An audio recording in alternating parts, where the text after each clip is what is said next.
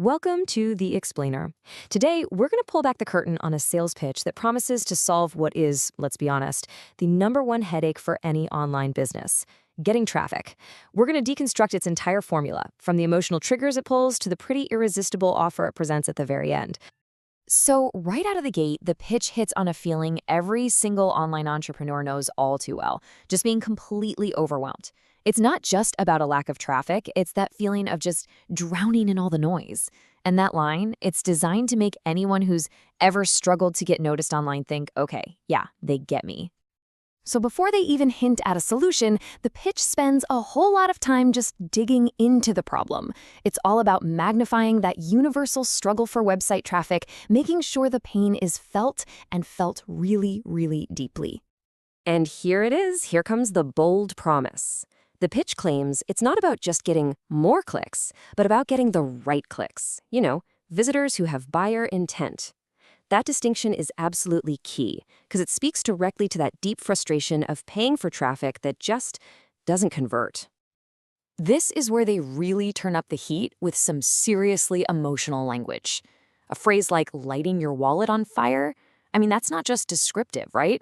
It's designed to trigger those painful memories of spending money on failed campaigns, making the problem feel incredibly personal and super urgent.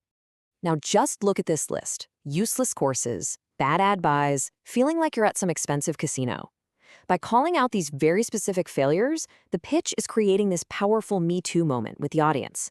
It's a classic technique, really, to build rapport and frame the speaker as an insider who genuinely understands the struggle.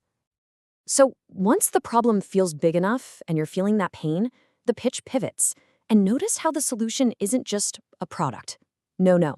It's introduced as the hero of our story, created by this so-called dynamic duo.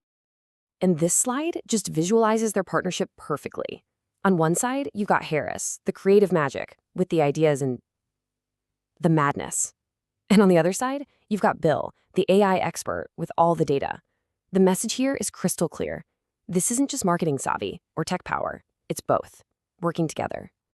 After introducing the duo, the pitch immediately gets to work building up their authority. We see these big claims: tens of millions of clicks delivered, multiple seven-figure businesses built. This is all designed to paint them as these seasoned veterans who have already cracked the code on traffic. This quote right here, this is the heart of their origin story.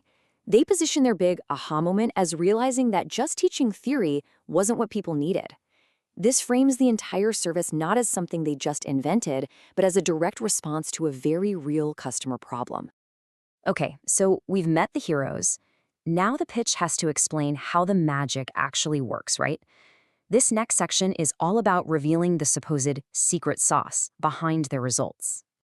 So they break their whole method down into 3 unfair advantages. First, they say they find a cheap, overlooked source of traffic.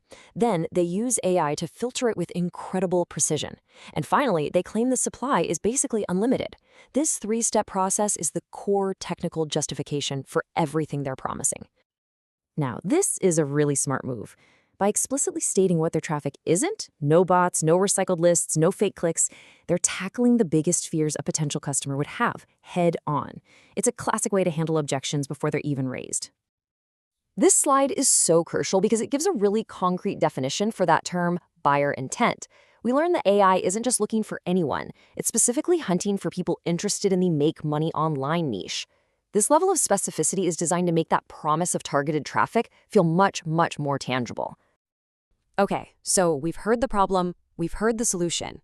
Now we get to the most important part of any pitch: the offer. What does this thing actually cost, and what do you really get for your money?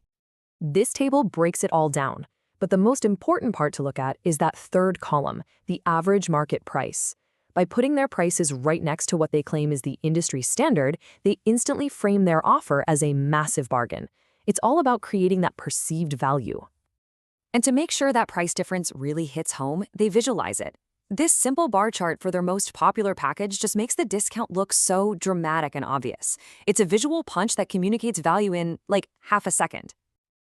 And now we're in the home stretch, the closing sequence. The goal here is to push a potential customer over the finish line by creating a serious sense of urgency and making it feel like a can't-miss opportunity. A huge part of their closing argument is speed. I mean, promising results in just 24 to 48 hours, that is a massive hook for anyone who's just sick and tired of waiting and wants to see something, anything happen right now. Now, watch this pivot. The argument is no longer about their product, it's about you. They reframe the purchase as a decision to stop procrastinating and finally take action. This is a super powerful psychological trigger that taps directly into our fear of regret.